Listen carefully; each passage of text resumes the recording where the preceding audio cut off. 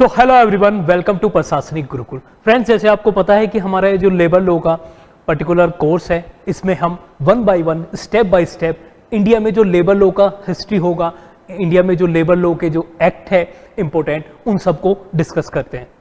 यहाँ पर हमने स्पेशली आपका कॉन्स्टिट्यूशन डिस्कस किया। कॉन्स्टिट्यूशन के बाद में अब हम देखेंगे जो हिस्टोरिकल बैकग्राउंड है, उसमें हम ब्रिटिश टाइम पे स्पेशली फोकस करेंगे, जो डिफरेंट एक्ट उस टाइम पे आए। और आज के टाइम में भी अगर आप देखेंगे, इंडिया में जो लेबर लॉ का था कि लेबर लॉ में इंडिया में बहुत टाइम से रिफॉर्म नहीं हुआ था। ब्रिटिशर्स ने जो लेबर लॉ बना दिए वही हम आज तक देखते हैं। अभी भी आपने देखा होगा कि 4 नए कोड आए हैं, ठीक है। वो उस कोड में भी हुआ क्या है, वहां पर सिंपली आपके जो बहुत सारे एक्ट थे उनको सिंप्लीफाई कर दिया, कोडिफाई कर दिया, कंसाइज करके 4 कोड में लेके आ गए। बट अगर आप जेनेसिस देखेंगे तो ब्रिटिश टाइम पे ही था। तो सबसे पहले हम जान लेते हैं कि लेबर का जो कंसेप्शन है और उसका जो इंपोर्टेंस है। मैंने आपको पहले लेक्चर में भी बताया और सेकंड लेक्चर में भी मैंने आपको सारा ओवरव्यू दिया कि कॉन्स्टिट्यूशनल जो इंपोर्टेंस है, कॉन्स्टिट्यूशन में जो प्रोविजन है वो भी क्या बताते हैं। बट अगर आप ये कोटेशन देखें महात्मा गांधी जी का, देखिए ईपीएफओ एग्जामिनेशन आपसे कंसेप्चुअल क्वेश्चन, मैं ये इंपोर्टेंट आपके लिए कोटेशन लेके क्यों आया हूँ, क्योंकि कभी कभी वो कोई स्टेटमेंट दे देंगे और आपसे पूछ लेंगे ये पर्टिकुलर स्टेटमेंट किस पर्टिकुलर पर्सनैलिटी ने दिया था लेबर से रिलेटेड, ठीक है। मैं बाकी आपको पूरा पीडीएफ में वो सब मिल जाएगा, जो इंपोर्टेंट कोटेशन है जो आपके लेबर लॉ से रिलेटेड है या फिर लेबर वेलफेयर से रिलेटेड है। बट यहाँ पे एक इंपोर्टेंट कोटेशन है, तो यहाँ पर अगर आप पढ़ेंगे ये है, a nation may do without its capitalist, ठीक है। बिना कैपिटलिस्ट के तो एक नेशन चल सकता है, but a nation can not do without its labour. तो लेबर की वैल्यू इतनी है क्योंकि क्या करता है, लेबर ही कैपिटल जो है आपका उसको किसमें लेके आता है, एक्शन में लेके आता है। अदरवाइज कैपिटल जो है आपकी वो क्या पड़ी रहेगी, आइडल पड़ी रहेगी, ठीक है। उसको प्रोडक्टिव वे में कौन लेके आता है, आपकी लेबर आती है। और ये महात्मा गांधी जी का स्टेटमेंट ये लेबर इंपोर्टेंस को शो करता है। तो जब भी आपको इंपोर्टेंट कोटेशन लेबर लॉ से रिलेटेड मिले, लेबर वेलफेयर से, तो आप उनको देख लेना और मैं पीडीएफ में प्रोवाइड आपको कर ही दूंगा, एक लिस्ट दे दूंगा जिसमें मैच ऑफ द कभी कभी क्वेश्चन मतलब स्टेटमेंट बेस्ड आ सकता है कि ये पर्टिकुलर स्टेटमेंट किसने दिया, और ये बहुत इंपॉर्टेंट स्टेटमेंट है, इसलिए मैंने आज ये क्लास यहाँ से स्टार्ट की। तो आप इसको भी ध्यान में देना, ठीक है। नेक्स्ट अब हम चलते हैं इंडिया में जो ब्रिटिश पीरियड में लेबर लॉ आए। मैंने आपको बताया भी था इंपोर्टेंट लेबर लॉ एक्ट की हम बात करते हैं। फिर मैंने आपको बताया कि जो आपका ट्रेड डिस्प्यूट एक्ट है वो भी आया था, आपका ट्रेड यूनियन से रिलेटेड 1926 में। तो ये मेजर लॉ आए जिनसे आज भी आप देखते हैं इंडिया में जो मेजर लेबर लॉ है वो उन्हीं के अराउंड है, उन्हीं के सेंटर्ड अराउंड, ठीक है। तो यहां पर रीजन क्या था, देखिए इसको भी आपको समझना जरूरी है। जो इकोनॉमिक सिस्टम है, मैंने आपको सिंपली बताया भी था कि सोशलिज्म और कैपिटलिज्म, जब मैंने लिबरलिज्म और आपको सोशलिज्म का एक बेसिक डिफरेंस बताया, उसमें मैंने आपको बताया कि जब हम फंडामेंटल राइट की बात करते हैं, जब हम इंडिविजुअल की बात करते हैं, तो हम किस तरफ है, हम लिबरलिज्म और कैपिटलिज्म की तरफ है। आज थोड़ा उसका इकोनॉमिक डायमेंशन भी हम देखते हैं, ठीक है। तो ये लेबर लॉ का जेनेसिस वहीं से था। ऐसे ही कैपिटलिस्ट सिस्टम इवॉल्व हुआ, तो कैपिटलिस्ट सिस्टम में देखिए इस टाइप के क्वेश्चन आपसे स्टेटमेंट बेस्ड यूपीएससी जरूर पूछेगा। आपसे एक सिंपल स्टेटमेंट दे देगा या कोई पर्टिकुलर टर्म दे देगा और उसके बारे में पूछेगा, 4 आपको स्टेटमेंट दे देगा, उनमें से कौन सा राइट है या फिर कौन सा रॉन्ग है, ठीक है। तो जब जेनेसिस हुआ आपका कैपिटलिस्ट सिस्टम का, तो कैपिटलिस्ट सिस्टम के जेनेसिस में क्या था, कैपिटलिज्म के जेनेसिस में था एक पर्टिकुलर प्रिंसिपल इकोनॉमिक। देखिए जब मैं कैपिटलिज्म की बात करता हूं तो कैपिटलिज्म क्या है, it is economic dimension of liberalism.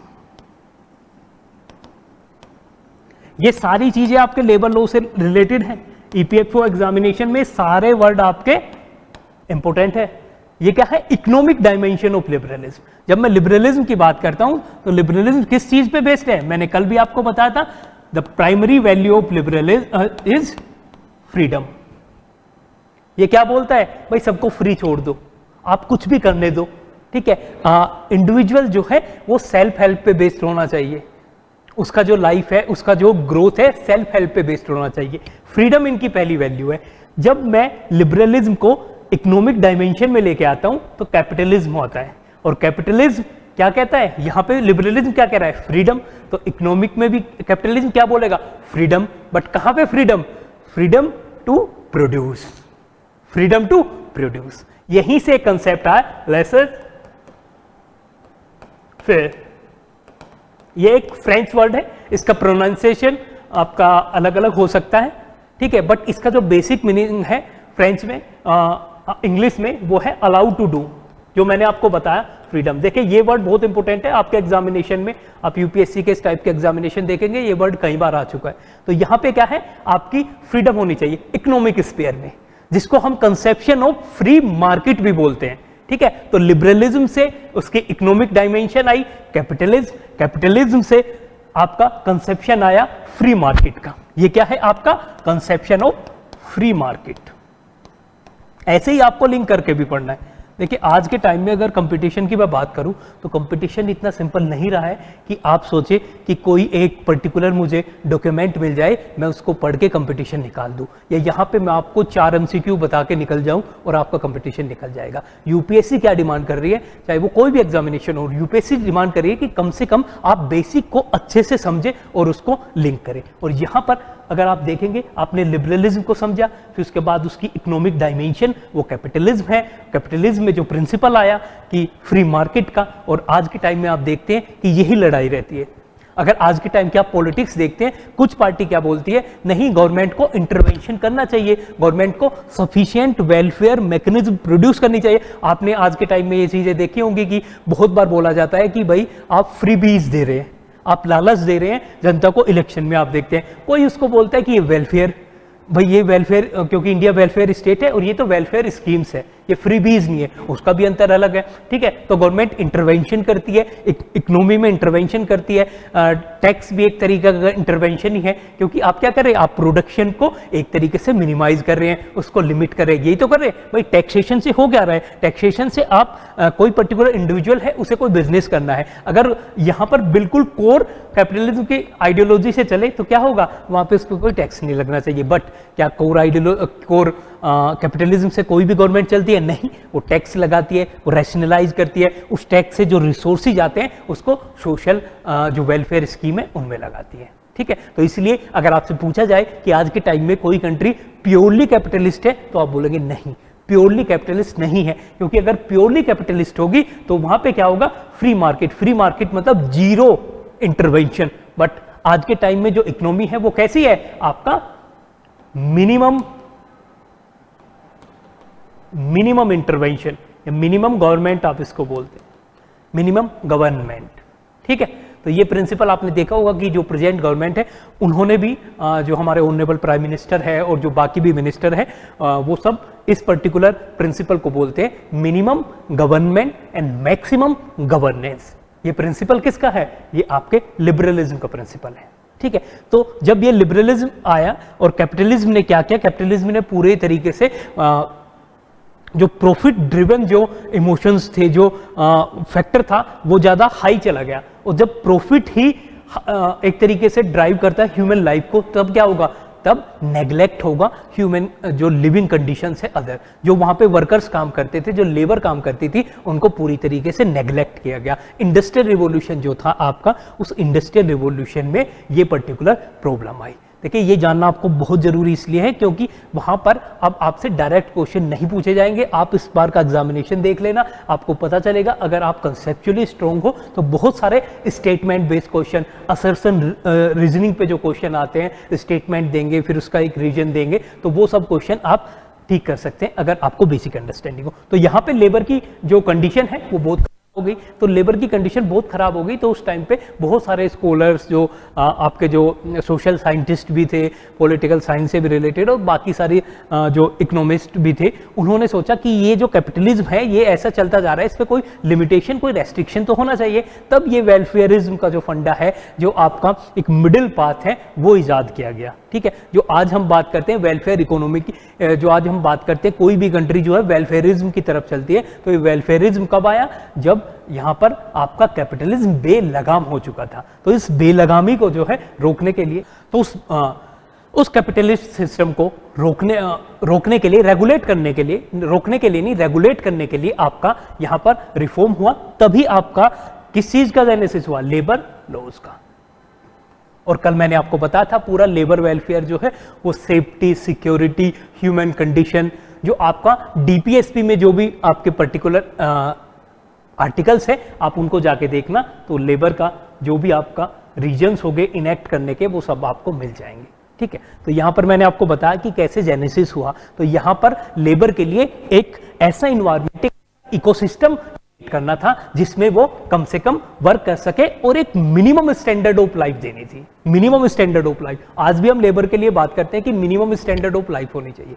ठीक है, हम बात करते हैं मिनिमम वेज की, वो भी मैं आपको कंसेप्शन आज बताऊंगा। ठीक है, मिनिमम वेज, वो आपसे क्वेश्चन पूछ है कि मिनिमम वेज को डिसाइड कौन करता है। एक स्टेटमेंट दे देंगे, वहां पे आपके बोलेंगे सेंटर डिसाइड करता है, स्टेट डिसाइड करता है, वो भी मैं आज आपको बताऊंगा कि मिनिमम वेज एक्ट भी है 1948। देखिए जितने भी एक्ट हैं उन सब में यूपीएससी ईपीएफओ एग्जामिनेशन के पर्सपेक्टिव से आपको करना क्या है, आपको वहां पर सबसे जरूरी एक चीज करनी है कि जब भी आप कोई भी एक्ट पढ़े खुद से गूगल करिए। हम भी प्रोवाइड करेंगे, जो मटेरियल देंगे उसमें सब कुछ होगा, बट आप गूगल करिए, किसी बुक के भरोसे मत रहिए, किसी मटेरियल के। सब एक्ट का एनफोर्समेंट जो डेट है वो आप जरूर देख लेना, किस डेट को ये इनेक्ट हो, किस डेट को एनफोर्स्ड हुआ है। ठीक है, वो आपसे पूछा जा सकता है क्योंकि ईपीएफओ एग्जामिनेशन में फैक्चुअल क्वेश्चन भी काफी आते हैं। ठीक है, तो ये आपका है पर्टिकुलर रीजन के लेबर लॉज आए क्यों। और एक और इसमें बहुत इंपॉर्टेंट फैक्ट है कि जब हम लेबर लॉ की बात करते हैं तो सबसे पहले 1802 में ब्रिटिश पार्लियामेंट ने ब्रिटेन के लिए सबसे पहले आपका फैक्ट्री एक्ट इनेक्ट किया। किसने किया? ब्रिटेन ने किया, ब्रिटिश गवर्नमेंट ने किया ब्रिटेन के लिए, इंडिया के लिए नहीं किया। इंडिया में सबसे पहले फैक्ट्री एक्ट आया 1881 में, बट जो ओवरऑल अगर मैं वर्ल्ड की कंडीशन देखूं तो एक तरीके से एक पूरा कोडिफाइड जो एक ऐसा बिल जो सारे लेबर वेलफेयर, जो फैक्ट्री में लोग काम करते हैं उनका जो वर्किंग आवर है उसको लिमिट करना, उनके वेलफेयर के बारे में सोचना, सेफ्टी, उनकी सिक्योरिटी के बारे में सोचना, तो पहला एक्ट आया 1802। ये आप याद रखना, ये ईयर 1802। आपसे पूछा जा सकता है कि सबसे पहले जो आपका फैक्ट्री एक्ट आया था जिसने लिमिट किया था वर्किंग आवर को और बाकी वेलफेयर फीचर्स या मैकेनिज्म लेके आया था, ये आपका फैक्ट्री एक्ट था 1802 में। कौन लेके आया था? ये ब्रिटिश गवर्नमेंट लेके आई थी ब्रिटेन के लिए। ठीक है, क्योंकि आपको पता है कि इंडस्ट्रियल रिवॉल्यूशन जो है कहाँ स्टार्ट हुआ? ब्रिटेन में स्टार्ट हुआ और धीरे धीरे उसका थोड़ा इंपैक्ट इंडिया में भी हुआ, बट वो कब हुआ? वो आपका 1850s में थोड़ा स्टार्ट हुआ। ठीक है, 19th सेंचुरी के मिड में, बट आपको पता है कि वो ब्रिटेन में 50 या 70 साल पहले स्टार्ट हो गया था। ठीक है, लेट आप 18th सेंचुरी की बात कर सकते हैं, मिड 18th सेंचुरी को भी बहुत लोग बोलते हैं, बट उसका जो एक दौर था हाई वो आपका late 18th century and the beginning of 19th century. आपसे ऐसे स्टेटमेंट भी पूछे जा सकते हैं कि फर्स्ट जो इंडस्ट्रियल रिवॉल्यूशन आया था वो किस पर्टिकुलर सेंचुरी में आया था, तो आप ये लेट 18th सेंचुरी और the beginning of 19th century, ये एक दौर था जब ब्रिटेन में इंडस्ट्रियल रिवॉल्यूशन काफी एक हाई लेवल पे था। ठीक है, उसके बाद में इंडिया में उसका इंपैक्ट दिखना स्टार्ट होगा 1850s में। आपको पता है 1853 में, ये इस टाइप की भी आप फैक्ट याद रखना, 1853 में फर्स्ट रेलवे स्टार्ट हुई थी। ठीक है, उस टाइम पे गवर्नर जनरल कौन थे? आपके लॉर्ड डलहौजी थे। इस टाइप के क्वेश्चन भी ईपीएफओ एग्जामिनेशन आपसे पूछने वाला है। ठीक है, तो क्योंकि यहां पर जब मैं लेबर की बात करता हूं तो आप ये ध्यान रखना, यहां पर इंडस्ट्री से रिलेटेड या इंडिया में जो इंडस्ट्रियल डेवलपमेंट है, इंडिया में इंडस्ट्रियल रिवॉल्यूशन की जब बात की जाती है वो सारी चीजें इंपॉर्टेंट है आपका, स्पेशली ब्रिटिश एरा में और प्रेजेंट टाइम में। ठीक है, आफ्टर इंडिपेंडेंस और आपका जो 200 साल पहले है इंडिपेंडेंस से, जब ब्रिटिश टाइम स्टार्ट हुआ था, ब्रिटिश एरा स्टार्ट हुआ था, तो तब से आपको सारी चीजें देखनी है, मॉडर्न हिस्ट्री, और ये सब आपका कंसाइज करके एक तरीके से वो सिंक्रोनाइज करके क्वेश्चन आपसे पूछने वाले हैं। तो आपको क्या करना है? आपको यहाँ पे हर चीज ध्यान करनी है, ऐसे लिंक करना है। आप देखेंगे कि इंडिया में जो इंडस्ट्रियल रिवॉल्यूशन आया उसमें कौन कौन सी चीजें हुई। ठीक है, तो आपको पता है कि रेलवे क्या था? रेलवे एक तरीके से पुश फैक्टर, कैटलिस्ट की तरह काम किया। इंडिया में रेलवे ने, हर जगह रेलवे ने कैटलिस्ट की तरह काम किया, क्योंकि उससे क्या हुआ? कम्युनिकेशन जो है वो हाई लेवल पे, हायर रेट पे चला गया। ठीक है, तो ये चीजें आपको ध्यान रखनी है। 1853 में फर्स्ट रेलवे इंडिया में। ठीक है, बॉम्बे तो थाने हैं, वो आप देख लेना। ठीक है, तो अब नेक्स्ट हम चलते हैं पहले फैक्ट्री एक्ट में। अब मैंने आपको बता दिया कि जरूरत क्यों पड़ी, बट इंडिया में काफी लेट स्टार्ट हुआ। तो इंडिया में जो वेलफेयर की बात हुई, इंडिया में लेबर लॉ से रिलेटेड वेलफेयर थोड़ा लेट स्टार्ट हुआ। आपको पता ही है कि एक टाइप की, किस टाइप की, डेस्पोटिक गवर्नमेंट थी जो कि रेस्पॉन्सिबल नहीं थी वेलफेयर के लिए, जनरल वेलफेयर के लिए, तो वो लेबर वेलफेयर की कैसे सोच सकती है। बट 1880s में आपको पता है लॉर्ड रिपन आए और उन्होंने काफी सारे रिफॉर्म किए, और उसमें जो सबसे इंपॉर्टेंट रिफॉर्म था आपका लेबर से रिलेटेड, वो था आपका फैक्ट्री एक्ट। ठीक है, और उससे पहले का एक छोटा सा बैकग्राउंड आप देख लीजिए, क्योंकि इसमें क्या होगा, इसमें आपका इंपॉर्टेंट इंफॉर्मेशन है, स्पेशली इंफॉर्मेशन है आपकी कमीशन से रिलेटेड। आपसे क्वेश्चन पूछा जा सकता है कि लेबर वेलफेयर को एक तरीके से यहाँ पे रिव्यू करने के लिए या फिर स्टडी करने के लिए पहला कमीशन कब स्टेब्लिश किया गया था। तो ये आपका कमीशन स्टेब्लिश किया गया था 1875 में। 1875 में आपका पहला कमीशन स्टेब्लिश किया गया था, जिसने क्या किया, जिसने रिव्यू की कंडीशन, जिसने इंडिया में देखा कि लेबर की क्या कंडीशन है, किस टाइप के रिफॉर्म आने चाहिए। उसी के बाद में आपका 1881 का पहला फैक्ट्री एक्ट आया लॉर्ड रिपन के टाइम पे। ठीक है, ये क्वेश्चन आपसे पूछे जाएंगे, डायरेक्ट आपसे पूछा जाएगा कि फर्स्ट जो आपका फैक्ट्री एक्ट है वो किसके टाइम पीरियड में आया। ठीक है, लॉर्ड रिपन के टाइम पीरियड में आया, और आपका 1875 से वो प्रोसेस स्टार्ट हो गया था कि उन्होंने देखा कि इंडिया में जो फैक्ट्रीज हैं उनकी कंडीशन क्या है, किस टाइप के वेलफेयर मेजर्स होने चाहिए। ठीक है, फिर उसके बाद अगर बात करते, मैंने आपको बताया कि लॉर्ड रिपन के टाइम पे फर्स्ट फैक्ट्री एक्ट आया। ठीक है, और एक उसके बाद में 1885 में एक कमीशन भी स्टैब्लिश हुआ।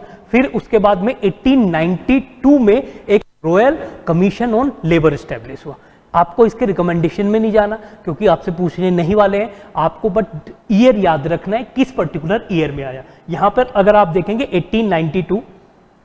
1892 में रॉयल कमीशन ऑन लेबर आया। ये दो डेट आपको बहुत ध्यान से देना है, इस पे बहुत ध्यान देना है। 1875, दूसरा आपको ध्यान देना है 1881 जो फैक्ट्री एक्ट आया, तीसरा आपका 1892, ये क्या है, रॉयल कमीशन ऑन लेबर। ठीक है, तो ये तीनों चीजें आपको याद रखनी है। अब हम चलते हैं पहला फैक्ट्री एक्ट, उसके की प्रोविजन देखेंगे। देखिए फैक्ट्री एक्ट मैंने आपको बताया कि ये लेबर को क्या करना था, वेलफेयर प्रोविजन कुछ ऐसे रखने थी। तो यहां पर पहले फैक्ट्री एक्ट में आप याद रखना, पहले फैक्ट्री एक्ट में सिर्फ चाइल्ड के बारे में बात हुई। सबसे पहले हमने सोचा कि कम से कम फैक्ट्री में क्या करे, जो चाइल्ड लेबर हो रहा है उस पर थोड़ा रेस्ट्रिक्शन लगाए, उसको थोड़ा रेगुलेट आप करिए। क्योंकि अगर एक ह्यूमन की ग्रोथ की बात करते हैं, अगर चाइल्ड पे काफ़ी फोर्स लेबर हो रहा है और वहाँ पे अत्याचार हो रहा है, तो क्या होगा, उसका नेचुरल डेवलपमेंट नहीं होगा। कल भी हमने ये देखा था कि अगर हम फंडामेंटल राइट की बात करते हैं, वो भी नेचुरल डेवलपमेंट की बात करते हैं। आर्टिकल 24, फिर से मैं आपको रिवाइज करा रहा हूँ, आर्टिकल 24 भी यही बोलता है कि 14 से कम के जो आपके चाइल्ड है उनको आप किसी भी हजार्डस इंडस्ट्री में एम्प्लॉय नहीं कर सकते। उसके बाद में चाइल्ड लेबर एक्ट भी आया, 2016 का रिफॉर्म हुआ है, चाइल्ड लेबर एक्ट 2016। ये सारी चीजें मैं आपको बताऊंगा, बट जो चीज लिंक हो रही है उसको यहीं पे लिंक करता चलूंगा। चाइल्ड लेबर एक्ट 2016 उसने भी यही कर दिया कि 14 से नीचे आप एम्प्लॉय नहीं कर सकते। इवन डोमेस्टिक इंडस्ट्री जो है, डोमेस्टिक स्पेयर में भी आप एम्प्लॉय नहीं कर सकते। ठीक है, तो ये एक चेंज हुआ है। 1986 का एक एक्ट था, मैं आपको यहाँ पे लिख देता हूँ, चाइल्ड लेबर एक्ट 1986 का एक्ट था, 2016 में फिर रिफॉर्म हुआ। 1986 का एक्ट था, तो दोनों ने बताया article 24 of Indian constitution, child labour act 1986, और ये अमेंडमेंट कब आया इसमें, 2016 में। 2016 में क्या कर दिया कि आप 14 से नीचे किसी भी इंडस्ट्री में एम्प्लॉय नहीं कर सकते चाइल्ड को। ठीक है, पहले क्या था, सिर्फ हैजार्डस इंडस्ट्री की हम बात करते थे, जो आपका जनरल प्रोविजन है आर्टिकल 24 ऑफ इंडियन कॉन्स्टिट्यूशन में। सारी चीजें आपको दिमाग में रखनी है। जब आप लेक्चर देखेंगे आपको पता चलेगा कैसे सिंक्रोनाइज्ड वे में कैसे हर चीज को मिक्स। ऐसा नहीं है कि बहुत लोग बोलते हैं कि आप सिंपल सब्जेक्ट पढ़ो, सीधा आपको एक नोट मिल गया, आप उसको पढ़ते चले जाइए। हो सकता है उससे आपका बाई चांस एग्जामिनेशन निकल जाए, बट आज के टाइम के जो आपके पेपर आ रहे हैं उनमें आपको क्या करना पड़ेगा, उनमें आपको कम से कम जितना मिनिमम लिंक आपको रिक्वायर्ड है अब करके चलना पड़ेगा। अब हम चलेंगे फैक्ट्री एक्ट 1881 पे। तो आप यहां पे देख सकते हैं आपका फर्स्ट एक्ट था ये इंडिया में, जो कि लेबर के जो एम्प्लॉयमेंट कंडीशंस को लिमिट कर रहा था या उसमें कुछ ना कुछ रेगुलेशन कर रहा था, उसका रेस्ट्रिक्शन कर रहा था। ठीक है, ये आया कब? ये आया आपका 1 जुलाई 1881। मैं पहले ही आपको कह रहा हूं कि सबसे पहले आपको ध्यान रखना है कि एनफोर्स्ड कब हुआ। ये एनफोर्स्ड हुआ 1 जुलाई 1881 में। ठीक है, इस डेट को आपको याद रखना है। वो आपको पर्टिकुलर डेट दे सकते हैं कि इस डेट को एनफोर्स हुआ। ईपीएफओ एग्जामिनेशन में मैं आपको बार बार कह रहा हूं, इस टाइप के फैक्ट आएंगे जो आपके लेबर लॉ जितने भी है वो इनेक्ट कब हुए, और सारे नहीं आपको करने। जैसे मैंने आपको बताया फैक्ट्री एक्ट की मैं बात की, आपका मिनिमम वेज एक्ट है, फिर आपके जो कोड आ रहे हैं किस पर्टिकुलर डेट को ये पास हुए लोकसभा राज्यसभा में, ये सारी चीजें आपकी पूछी जा सकती है। अगर आप पिछले सालों के पेपर देखो वो हम डिस्कस करेंगे, एमसीक्यू सारी चीजें जब हम आपको वीडियो उसमें मिलेगा। ठीक है, उसमें भी आप देखेंगे कि पर्टिकुलर फैक्चुअल क्वेश्चंस आए हैं इस टाइप के।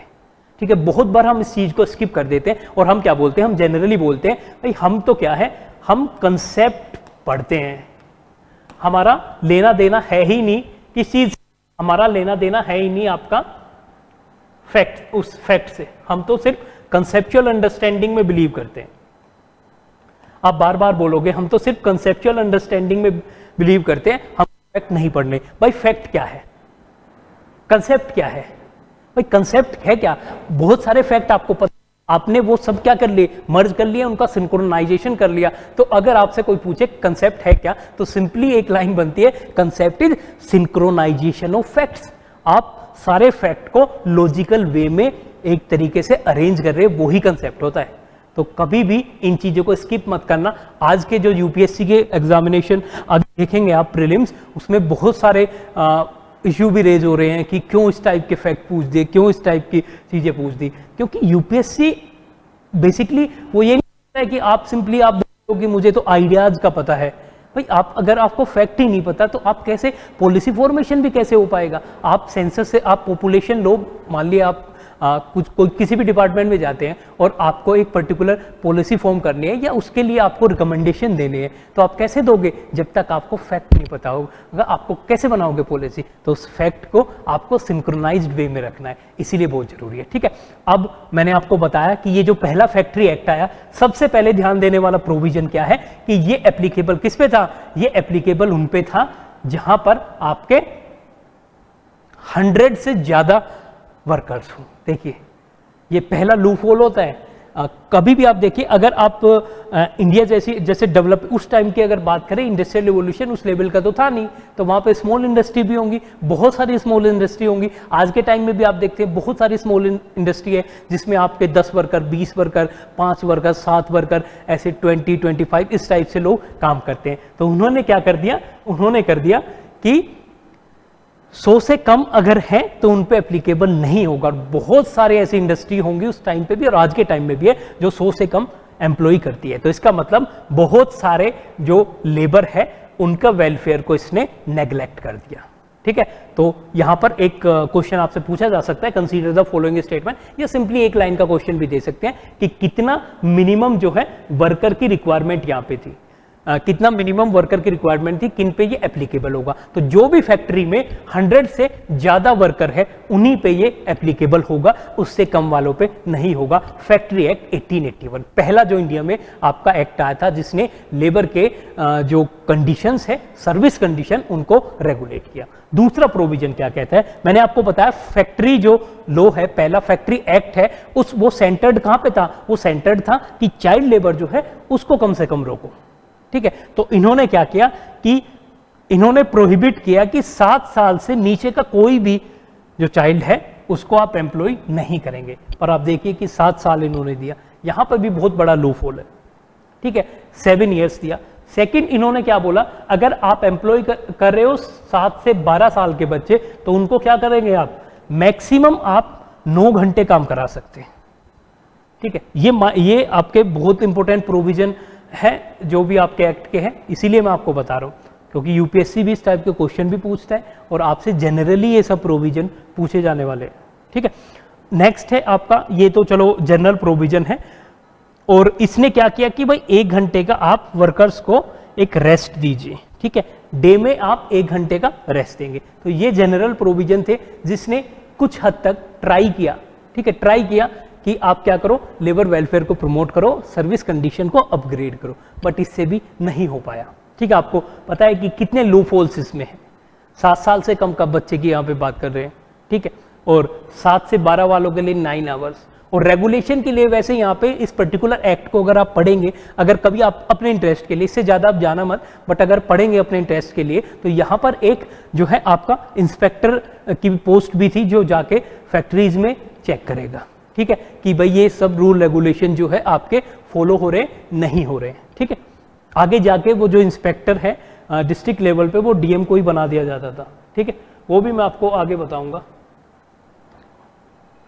तो नेक्स्ट आपका आया, जब लूप होल्स इसमें थे तो फिर से इन्होंने ट्राई किया कि थोड़ा रिफॉर्म हो जाए, ठीक है, थोड़ा आपका रिफॉर्म हो जाए। तो उसमें आप देख सकते हैं 1891 एक्ट, ये नेक्स्ट एक्ट था, ये सेकेंड फैक्ट्री एक्ट। देखिए बहुत लोगों को कंफ्यूजन है कि फैक्ट्री एक्ट कितने थे, तो मैं आपको बता दूं 1891 में भी आया, मैं सारे बताऊंगा, फिर 1911 में भी आया, 1922 में भी आया, 1934 में भी आया, और फिर आपका आफ्टर इंडिपेंडेंस जो है 1948 में आया, ठीक है।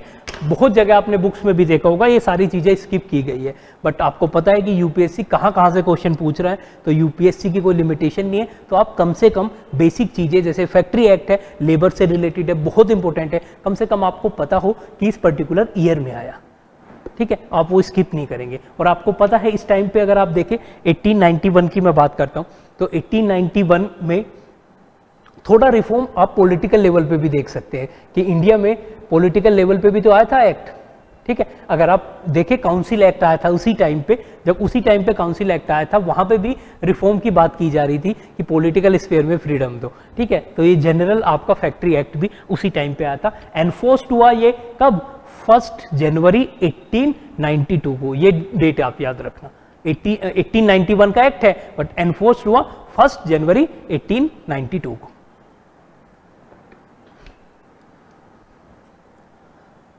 नेक्स्ट अगर आप यहां पे देखेंगे कि इसने किया क्या, पहले हम चाइल्ड को क्या कंसीडर, कहां पे प्रोहिबिट कर रहे थे, 7 साल से नीचे, इसने क्या किया, अब 9 साल से नीचे।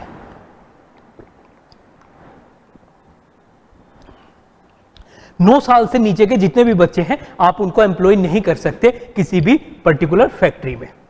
तो इसने इंक्रीज कर दी लिमिट, लिमिट क्या किया, इंक्रीज किया, 7 से 9 कर दिया, ठीक है।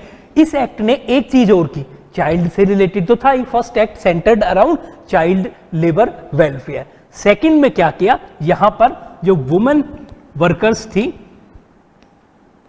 ठीक है, वुमेन वर्कर्स जो थी आपकी, उनके लिए भी क्या किया इन्होंने, थोड़ा एक रेस्ट्रिक्शन ला दिया कि आप क्या कर सकते हो, आप सिर्फ 11 घंटे उनसे काम ले सकते हो, 11 आवर्स से डे। दूसरी चीज इसी के साथ क्या था, आप सिर्फ डे लाइट में उन पे काम करा सकते हो, सुबह 5 बजे से लेके शाम को 8 बजे तक, ठीक है, नाइट शिफ्ट नहीं होगी। तो ये क्या है, वुमेन लेबर वेलफेयर के रेस्पेक्ट में एक पर्टिकुलर प्रोविजन, ये पहली बार 1891 में आया। 1881 में वुमेन लेबर से रिलेटेड कोई बात नहीं थी, बट यहां पर भी क्या हुआ, यहां पर डिस्क्रिमिनेशन हो गया आपका मेल मेंबर्स की तरफ, जो मेल वर्कर थे। तो मेल वर्कर के लिए यहां पे कोई प्रोविजन नहीं था, उनके लिए कोई लिमिटेशन नहीं थी, आप कितना भी घंटे काम करो। और एक और चीज मैं आपको बता दूं, ये जो आपके फैक्ट्री एक्ट है, ये जो आपके प्लांटेशन, आपने देखा होगा जो प्लांटेशन वर्कर्स थे, और स्पेशली प्लांटेशन में किनका था, कैपिटल लगी हुई थी ब्रिटिशर्स की। तो उन्होंने क्या किया, इन फैक्ट्री एक्ट को क्या रखा, उस प्लांटेशन वर्कर जो है उनको इसके स्कोप में नहीं लेके आए, उनको एक्सक्लूड किया, ठीक है। तो उससे क्या है, आपको पता है कि सारी कैपिटल प्लांटेशन में किसकी लगी थी, ब्रिटिश कैपिटलिस्ट की। तो एक बात और ध्यान रखना कि जो स्टार्टिंग में हमारे फैक्ट्री एक्ट आए, उनके अंदर टी और जो बाकी प्लांटेशन की जितनी भी वहां पे क्रॉप्स है वो नहीं आती थी, ठीक है। नेक्स्ट आपका ये, अब पहले क्या था कि 100 से ऊपर वाली सिर्फ फैक्ट्री पे एप्लीकेबल था, अब क्या हो गया, वो घट के हो गया आपका 50,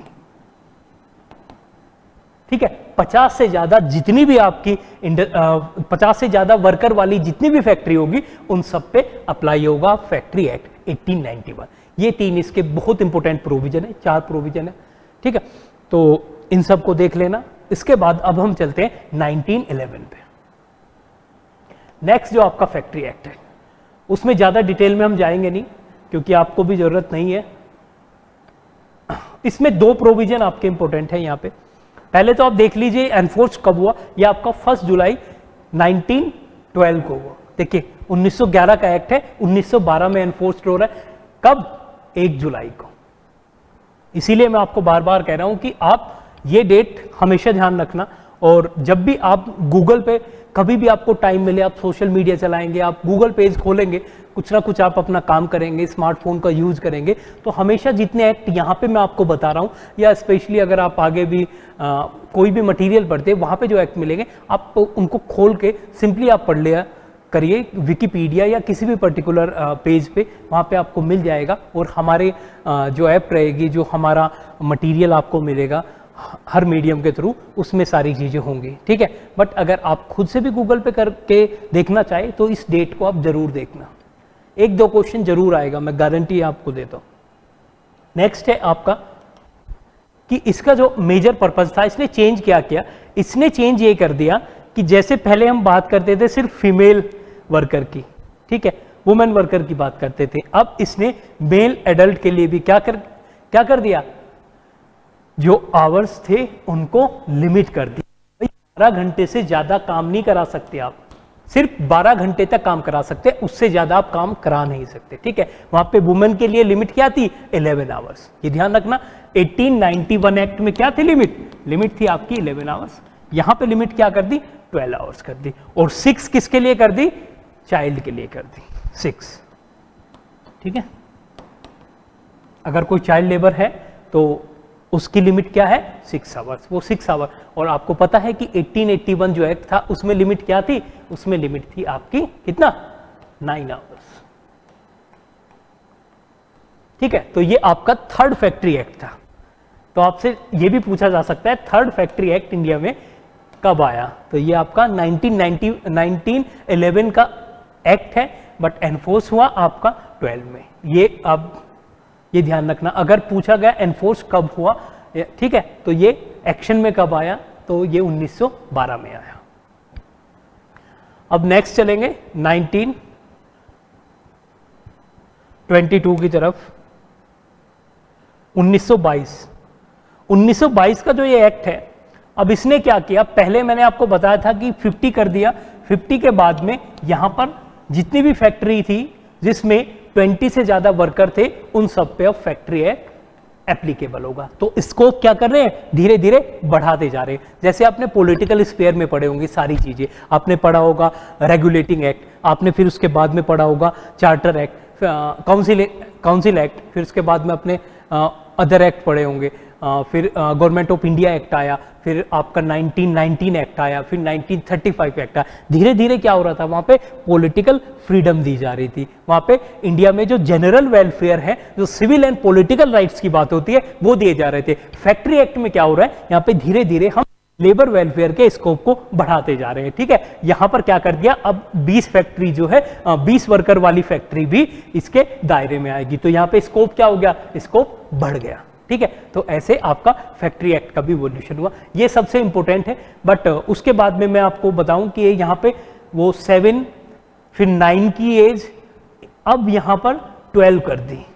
तो जो भी चाइल्ड होंगे 12 से नीचे वाले, 12 साल से नीचे वाले, आप उनको फैक्ट्री में एम्प्लॉय नहीं कर सकते, ठीक है। तो ये भी एक मेजर रिफॉर्म था, ठीक है। वर्किंग आवर की मैंने आपको बताया, ये 12 आवर्स पर डे और 16 आवर पर वर्क, या ये वीक की बात है, ठीक है। आज के टाइम में जनरल क्या है कि आप एक हफ्ते में 48 आवर्स से ज्यादा नहीं, ठीक है।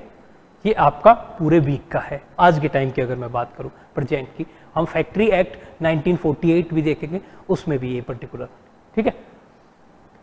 तो ये सारी कंडीशन चेंज होती रहती है। जब हम पूरा कोड अपने पढ़ेंगे, जो न्यू कोड आए हैं, जो कोडिफिकेशन न्यू हुआ है, 44 लेबर लॉज को जो कोडिफाई किया गया है 4 लेबर लॉज में, वो सब हम पढ़ेंगे, वहां पे आपको और चीजें क्लियर होंगी। अब नेक्स्ट आते हैं आपका फैक्ट्री एक्ट 1948। देखिए 22 के बाद में मैं आपको यहाँ पे बता दूं, एक 22 के बाद में अगर आप देखें 1922, उसके बाद में आपको एक एपिसोड पता ही है कि यहाँ पे एक ट्रेड डिस्प्यूट बिल आया था, पब्लिक सेफ्टी बिल आया था, जिसकी वजह से जो हमारे शहीद भगत सिंह है उन्होंने वहाँ पे असेंबली में बम फेंका था, उसी चीज को वो रजिस्ट कर रहे थे। ये वो दौर था 1920s का, जब इंडिया में क्या था, इंडिया में आपका जो कम्युनिस्ट थे उनका रिवॉल्यूशन अपने एक लेवल पे था, ठीक है।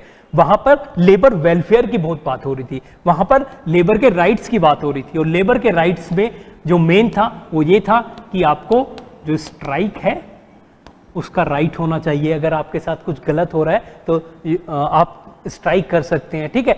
बट ये सारी चीजें ट्रेड डिस्प्यूट एक्ट ने क्या किया, रेस्ट्रिक्ट करने की कोशिश की। उसको भी मैं अलग से पढ़ाऊंगा आपको, बट वही दौर था ये 1920s का, जब इंडिया में जो लेबर मूवमेंट की जब मैं बात करता हूं तो वो लेबर मूवमेंट अपने इनिशियल फेजेस में एक हाई लेवल पे पहुंचा, ठीक है। तो जो कम्युनिस्ट लोग थे उन्होंने ही ये बेसिकली स्टार्ट किया था, और जो पूरी की पूरी एक टीम थी, और फिर उसके बाद में एक पर्टिकुलर ट्रेड यूनियन भी बनी, बहुत सारे लोग उसमें आए। और ऐसा नहीं है कि जब मैं कम्युनिस्ट की बात करता हूँ सिर्फ कम्युनिस्ट इसमें इन्वॉल्व थे, कांग्रेस के भी जो सोशलिस्ट विचारधारा से इंक्लाइन लोग थे वो सब भी इसमें इन्वॉल्व थे, ठीक है। तो लेबर मूवमेंट इंडिया में अगर स्पेशली मैं बात करूं 1920s में ही स्टार्ट हुआ, जेनेसिस अगर लेबर मूवमेंट की देखी जाए, ठीक है। उससे पहले भी बहुत सारी स्ट्राइक हुई, मेल स्ट्राइक हुई, जैसे आपको पता भी अहमदाबाद मेल स्ट्राइक भी हुई जिसमें गांधी जी ने इंपॉर्टेंट रोल प्ले किया, और बहुत सारे उससे पहले भी कुछ ऐसे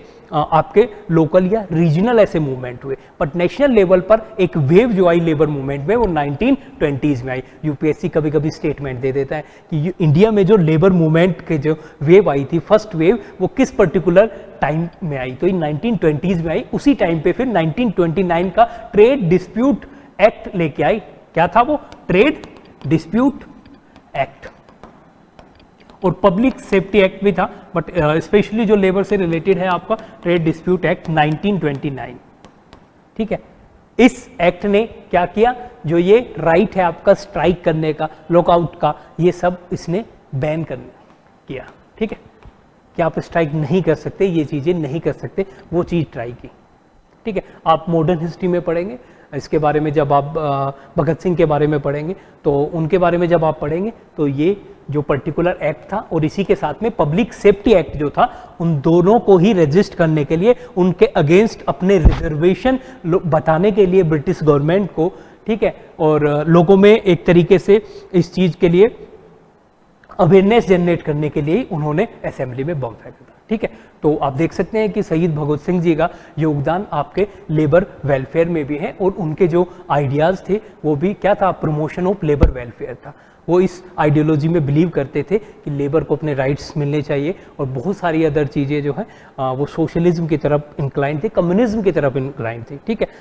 जब मैं कम्युनिज्म और सोशलिज्म बोलता हूं तो एक चीज यहीं पे क्लियर कर लीजिए आप, क्योंकि यूपीएससी ऐसे टर्म्स देता है हमेशा और स्टेटमेंट दे देता है, और बहुत बार आपको लगेगा कि ये तो दोनों स्टेटमेंट सही लग रहे हैं या एक दूसरे से मेल खा रहे हैं, बट आप इसमें बहुत ही थिन डिफरेंस है। एक चीज आप समझना, जब भी मैं ये दोनों टर्म यहाँ पे यूज करूंगा, क्योंकि आपका लेबर लॉ में हमेशा यूज होगा, सोशलिज्म तो यूज होगा, आप लेबर लॉ पढ़ रहे हैं, तो यहाँ पर जब मैं दो टर्म बोलूंगा, एक पहला आपका कम्युनिज्म और दूसरा आपका सोशलिज्म, इसका मैं ऐसा डिफरेंस आपको बताऊंगा, इसके बाद आप भूलेंगे नहीं।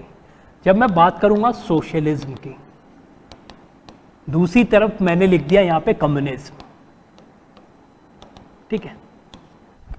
तो जब मैं सोशलिज्म की बात करता हूं तो सोशलिज्म एक जनरल आइडियोलॉजी है जो बिलीव करता है क्या, कि जो मैन है, जो ह्यूमन बीइंग है, वो कलेक्टिवली ही एग्जिस्ट कर सकते हैं। उनका जो एग्जिस्टेंस है वो कोऑपरेशन पे बेस्ड है।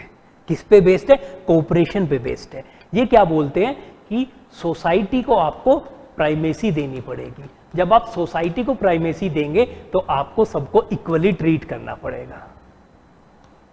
इसीलिए इक्वालिटी सोशलिज्म का फर्स्ट प्रिंसिपल है। लिबरलिज्म में ऐसा नहीं है। मैंने आपको बताया लिबरलिज्म क्या बोलता है, मेरिट पे होना चाहिए, तो वो पहले से ही उसका कंसेप्शन है। कुछ लोग जो है बाय बर्थ उनमें ज़्यादा टैलेंट है, तो वो हाई जाएंगे, तो वो एक तरीके से एक रैशनलाइज्ड फॉर्म में इनइक्वालिटी को एक्सेप्ट कर लेता है लिबरलिज्म, बट सोशलिज्म नहीं करता। सोशलिज्म बोलता है there should be primacy to society. ये आपसे क्वेश्चन पूछा जा सकता है, आपसे सोशलिज्म का दे देंगे, एक स्टेटमेंट दे देंगे। सोशलिज्म क्या कह रहा है? सोशलिज्म कह रहा है we should give primacy to individual. जो इंडिविजुअल है, not individual but society, society को प्राइमेसी देंगे इंडिविजुअल के रेस्पेक्ट में। आप सबके वेलफेयर की बात करोगे। कल भी मैंने आपको बताया था डीपीएसपी में क्या है, आपका कॉमन गुड की बात की जाती है।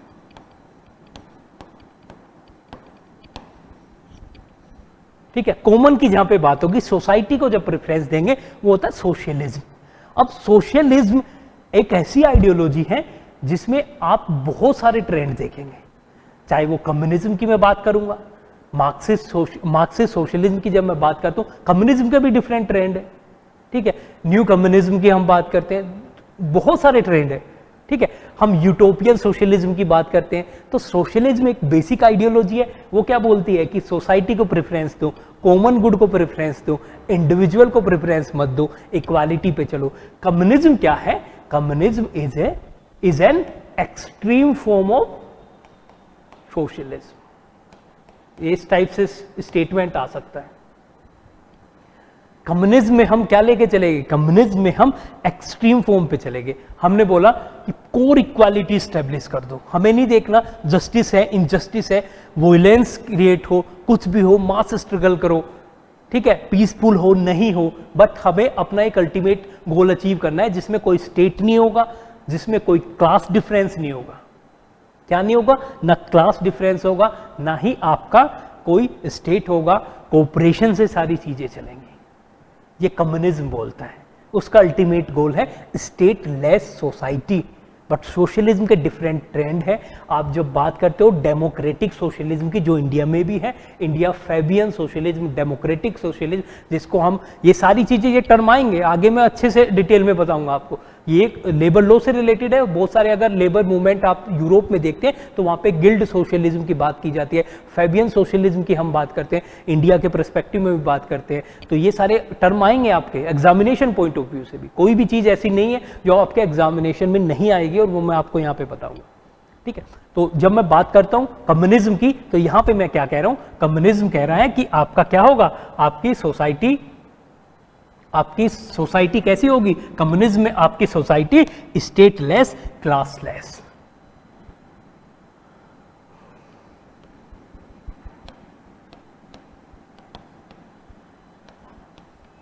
यहां पे आपका स्टेटलेस और क्लासलेस।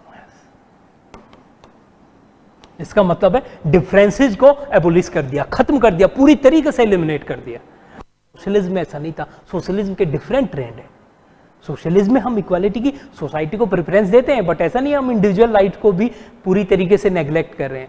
जैसे डिफरेंट टाइप के सोशलिज्म, जब हम डेमोक्रेटिक सोशलिज्म की बात करते हैं तो हम वहां पे देखते हैं कि there should be a balance. Indian constitution, अगर मैं आपसे पूछूं किस बेसिक प्रिंसिपल पे बेस्ड है, इंडियन कॉन्स्टिट्यूशन किस पर्टिकुलर प्रिंसिपल पे बेस्ड है? वो बेस्ड है आपका balance between fundamental right and DPSP. And fundamental right क्या है? Individual right, individual good. और आपका डीपीएसपी क्या है? Common good. तो Indian constitution is based on the balance between fundamental right and DPSP. It means Indian constitution is based on the balance between individual right and the common good. आप supreme court के कई सारे judgement में ये देख सकते हैं जहां पर यह बताया गया है कि इंडियन कॉन्स्टिट्यूशन का जो बेडरॉक है वो balance between FR and DPSP है। आप सिंपली अगर अपनी कोई भी बुक पढ़ेंगे या फिर अगर लक्ष्मीकांत भी आप पढ़ते हैं उसमें भी ये पर्टिकुलर आपको मिल जाएगा। अगर लक्ष्मीकांत में ना हो तो आपका डीडी बसु में तो आई थिंक इस टाइप से स्टेटमेंट है।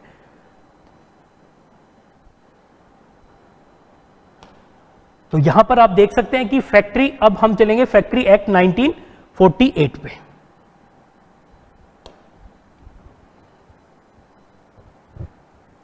अब ये आपका आफ्टर इंडिपेंडेंस, और इसके बाद में 1934 में भी एक एक्ट आया था, वो इंपॉर्टेंट नहीं है बट आप डेट याद रख लेना, फैक्ट्री एक्ट में थोड़ा अमेंडमेंट हुआ था 1934 में भी। ये सारी चीजें क्या हो रही है, एक पर्टिकुलर एक्ट आया उसके बाद में ये अमेंडमेंट हो रहे हैं, उसका एक रिफॉर्म हो रहा है, ठीक है। जैसे आपने देखा होगा कि इंडिया में एक्ट आते रहे, रेगुलेटिंग एक्ट में आपको बताया, चार्टर एक्ट की बात की, काउंसिल एक्ट की बात की, उसके बाद में आपका गवर्नमेंट ऑफ इंडिया एक्ट आया 1919, 1935, तो धीरे धीरे एक इवोल्यूशन हुआ, ऐसे ही यहाँ पे हुआ। और आफ्टर इंडिपेंडेंस आपका आया फैक्ट्री एक्ट 1948।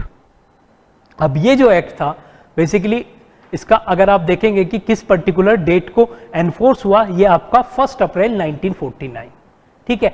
और जो गवर्नर की असेंट, जैसे आज के टाइम में आप देखते हैं, आपको पता है कि कॉन्स्टिट्यूशन जब तक एनफोर्स नहीं हुआ था तब तक वो तब तक आपका गवर्नर जनरल ही वर्क करते थे। जैसे आज के टाइम में आप देखते हैं कोई भी एक्ट लोकसभा राज्यसभा में पास होता है, उसके बाद में प्रेसिडेंट की असेंट मिलती है, तो तब तक किसकी थी, गवर्नर जनरल की थी, ठीक है। तो गवर्नर जनरल की असेंट मिली और स्वीकृति के बाद में कब मिली, 23 सितंबर 1948 को, और कब एनफोर्स हुआ, 1 अप्रैल 1949 को। ये दोनों डेट आपको याद रखना है, ये इंपॉर्टेंट है, इसीलिए मैंने आपको यहाँ पे भी इंक्लूड किया है।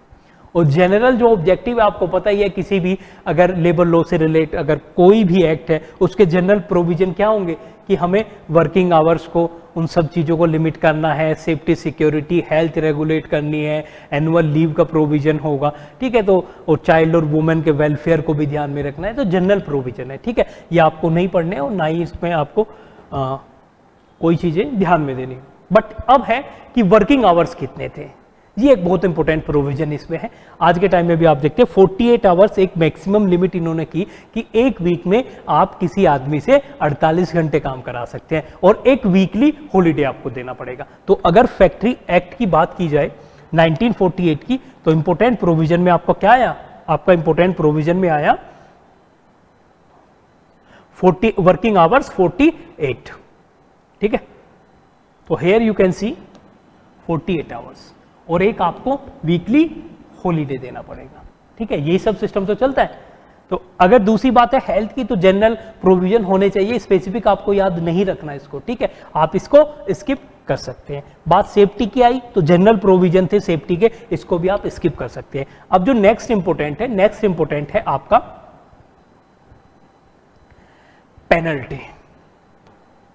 पेनल्टी और एप्लीकेबिलिटी, ठीक है। पहले मैं आपको बता दूं कि आपको पता है कि रिफॉर्म जब 1922 में आया तो जो फैक्ट्री 20 से ज्यादा वर्कर को एम्प्लॉय कर रही थी, 20 से ज्यादा, उन सब पे एप्लीकेबल था। यहां पे क्या हुआ, 10 से ज्यादा जो हुई है, जो फैक्ट्री में 10 से ज्यादा कहीं पे वर्कर है तो क्या होगा, उन पे ये एक्ट एप्लीकेबल होगा, 10 और मोर देन 10, ठीक है।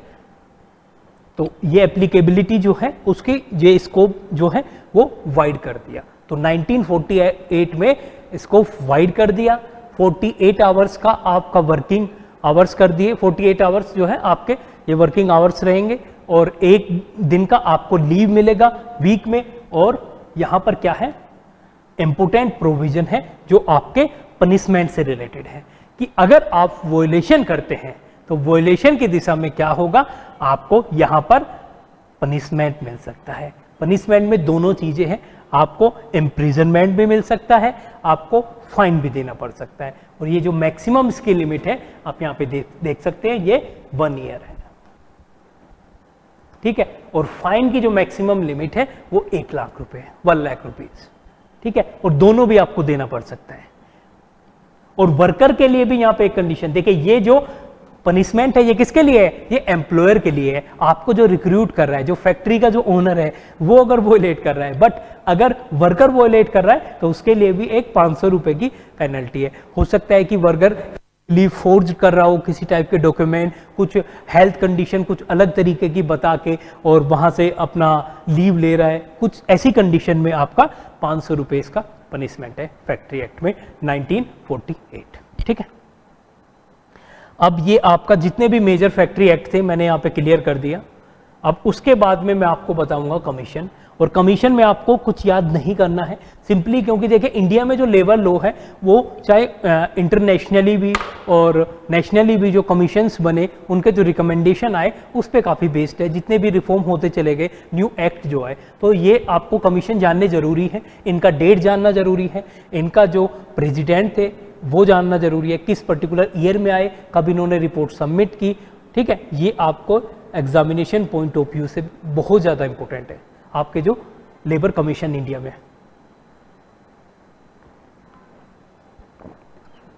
तो अगर मैं पहले लेबर कमीशन की बात करूं तो हेयर यू कैन सी पहला लेबर कमीशन आया आपका कब, वैसे वो 1966 है, 69 में वो रिपोर्ट की थी। आप एक बार देख लेना ये एग्जैक्ट डेट को, जो मटेरियल मिलेगा उसमें ये मैं एग्जैक्ट मेंशन कर दूंगा, बट 1969 में आई थिंक रिपोर्ट सबमिट की थी, 66 में स्टैब्लिश किया गया था। और इसके जो प्रेसिडेंट थे वो कौन थे, जस्टिस गजेंद्र गढ़कर। ठीक है, तो आपसे पूछा जा सकता है who was the president of first labour commission. Second आपको मैं बताऊं, आपका जो एक national commission on rural labour भी था, 1991 में ये आया था, और यहाँ पे हनुमंतप्पा जो आपके प्रेसिडेंट थे। ठीक है, ये भी आपको नाम याद रखना है। तीसरा आपका है सेकंड नेशनल लेबर कमीशन, ये 2002 में आया था, और जो इसके प्रेसिडेंट थे वो थे आपके श्री रविंद्र वर्मा, श्री रविंद्र वर्मा। तो ये तीनों फैक्ट आपको याद रखने हैं। हमारे दो लेबर कमीशन आए, नेशनल लेबर कमीशन जो जनरल लेबर कमीशन थे, एक आपका आया national commission on rural labour. ठीक है, तो तीन इंपोर्टेंट कमीशन है आपके, दो जनरल कमीशन, फर्स्ट आपका 1969 और सेकंड आपका 2002। ठीक है, और कब इन्होंने रिपोर्ट सबमिट की, कब ये एस्टेब्लिश हुए, ये दोनों चीजें आपको याद रखनी है। ठीक है, आगे आपको इस स्लाइड में दिख जाएगा कि हाँ मैंने आपको बताया था कि 24 दिसंबर ये आपका 1966 को एस्टेब्लिश किया गया first labour commission, national labour commission, और इसकी जो रिपोर्ट सबमिट थी वो 1969 में हुई थी। और सेकंड की अगर मैं बात करूं वो एस्टेब्लिश किया गया था 15 अक्टूबर 1999 को, और इसकी जो रिपोर्ट थी वो सबमिट की गई 29 जून 2002। ठीक है, अब बात करते हैं, देखिए मैंने आपको कल भी पढ़ाया था, जो हमारी पहली क्लास थी उसमें था कि हमारा जो इंडिया में लेबर वेलफेयर की बात है, लेबर लॉ की बात है, वहां पर सेंटर और स्टेट दोनों के पास पावर है, कंकरेंट लिस्ट में जो है आपके सब्जेक्ट है। बट मैं आपको बताऊं कि एक एंट्री है, आप जाके देखना आज, आई थिंक एंट्री 55 है, जहां पर लेबर जो ऑयल फील्ड में और माइंस में है उनके रेस्पेक्ट में सिर्फ आपका सेंटर ही लॉ बना सकता है। तो ऐसे क्वेश्चन आपसे पूछे जा सकते हैं कि भाई जो लेबर है किसमें, आपका माइंस और ऑयल फील्ड में, तो उनसे रिलेटेड जो लॉ बना सकता है, लॉ मेकिंग की पावर है वो किसके पास है, वो सिर्फ सेंटर की। Labour in oil fields and mines. ठीक है, तो यहां पर सिर्फ सेंटर कैन मेक लॉ, यहां पे स्टेट को पावर नहीं है। बट इसके बाद जितने भी लेबर लॉ से रिलेटेड सब्जेक्ट है उनके रेस्पेक्ट में सेंटर और स्टेट दोनों बना सकते हैं, क्योंकि वो कंकरेंट लिस्ट में है। ठीक है, तो ये आप चेक करना, पूरा आपको पीडीएफ भी मिलेगा उसमें। अब यहां पर क्या है कि आपका सेंटर भी बना सकता है, स्टेट भी बना सकता है। तो कुछ ऐसे लॉ हैं जो आपके किसने इनेक्ट किए हैं, सेंटर ने, और सेंट्रल गवर्नमेंट की ही रेस्पॉन्सिबिलिटी है उनको इंप्लीमेंट करने की। तो आपसे पूछा जा सकता है, मैंने यहाँ पे इंपोर्टेंट जो एक्ट है उनकी एक लिस्ट बनाई हुई है, और पूरा लिस्ट मैं आपको दे दूंगा, बट पूरा आपको जानने की जरूरत नहीं है। जो यहाँ पर मैंने इंपोर्टेंट मेंशन किए गए उन्हीं को आप देख लीजिए। ऐसे एक्ट जहाँ पर सेंट्रल गवर्नमेंट ने ही एक्ट को बनाया है और उसको इंप्लीमेंट भी किया है, तो वो कौन से हैं, तो यहाँ पर आपको लिस्ट दिख रही होगी। इस लिस्ट में आप देख सकते हैं कि यहाँ पर आपका एम्प्लॉइज स्टेट इंश्योरेंस एक्ट है, employees provident fund and miscellaneous provision act है, फिर आपका डॉक वर्कर से रिलेटेड जो एक्ट है, फिर आपका माइंस। ये तो देखिए आपको याद रहेगा ही, जब मैं माइंस की बात करूंगा तो वहां पे स्टेट का रोल नहीं आएगा, तो इंप्लीमेंटेशन में भी स्टेट का कोई रोल नहीं आएगा। ठीक है, ऑयल फील्ड्स की बात करूंगा, माइन की बात करूंगा, डॉक वर्कर्स की बात करूंगा। ठीक है,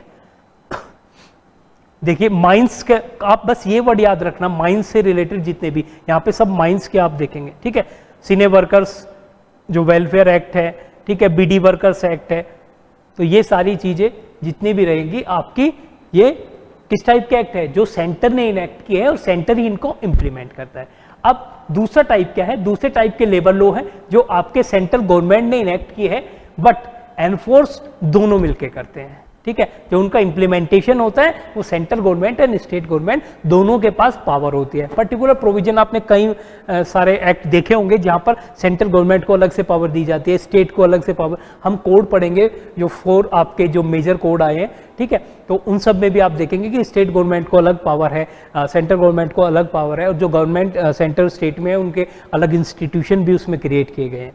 तो यहाँ पर वो एक्ट कौन से, आपका चाइल्ड लेबर वाला है। अगर आपसे पूछ दे कि इंडिया में चाइल्ड लेबर एक्ट जो है वो पर्टिकुलर इनेक्ट किसने किया, गवर्नमेंट ने किया, सेंट्रल गवर्नमेंट ने, पार्लियामेंट में एक्ट पास हुआ, बट यहाँ पर स्टेट और सेंट्रल गवर्नमेंट दोनों को पावर है, ठीक है।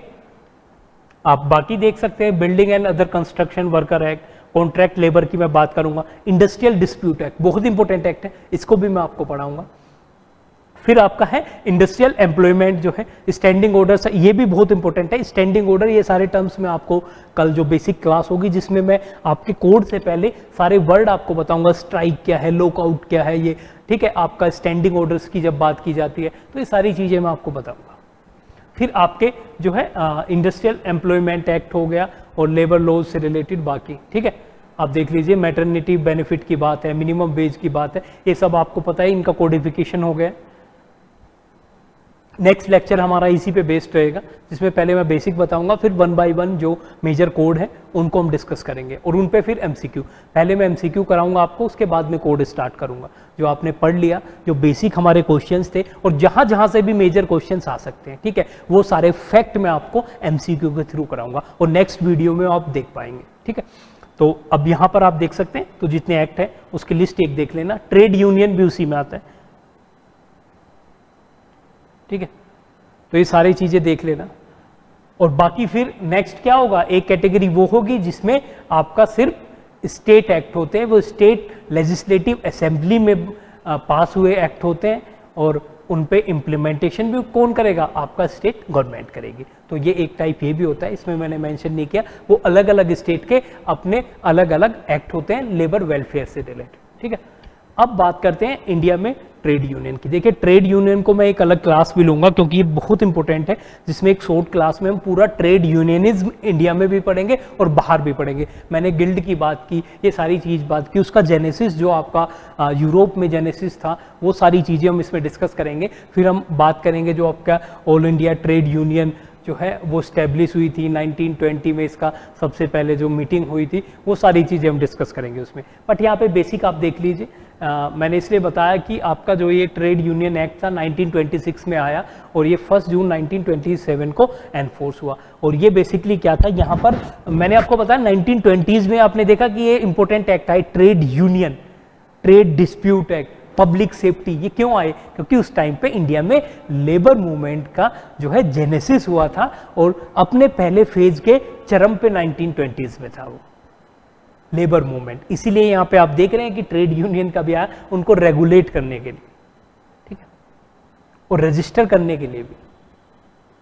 तो यहाँ पे वही जनरल प्रोविजन है 1926 एक्ट में कि कौन लोग रजिस्टर करा सकते हैं, तो यहाँ पे जनरल कंडीशन है, ये मैं आपको कोड के साथ बताऊंगा। यहाँ पर भी आप अगर आप फोकस ना करें तो कोई इशू नहीं है, क्योंकि ये पर्टिकुलर कंडीशन सब चेंज हुई है, न्यू जो कोड आए हैं उसमें अलग कंडीशन है, तो आप दोनों में कंफ्यूज ना हो, उसको मैं 1 बाय 1 पैरेलल वे में आपको बताऊंगा। अदरवाइज यहाँ पे आप कुछ और पढ़ेंगे, फिर न्यू में आपको बताऊंगा, वो कंडीशन सब चेंज हुई, इसलिए मैं आपको ये पर्टिकुलर स्किप हम करेंगे। बस एक जो इसमें लास्ट है वो आपको बताऊंगा, concept of minimum wage, conception of minimum wage. देखिए, मिनिमम वेज का कंसेप्शन क्या है, मिनिमम वेज का कंसेप्शन कल मैंने आपको डीपीएसपी में भी बताया कि डीपीएसपी में भी अगर आप जाएंगे तो आर्टिकल 43 क्या बोलते हैं कि एक मिनिमम लिविंग वेज होनी चाहिए, तो उसी के कंसेप्शन पे बेस्ड है आपका मिनिमम वेज।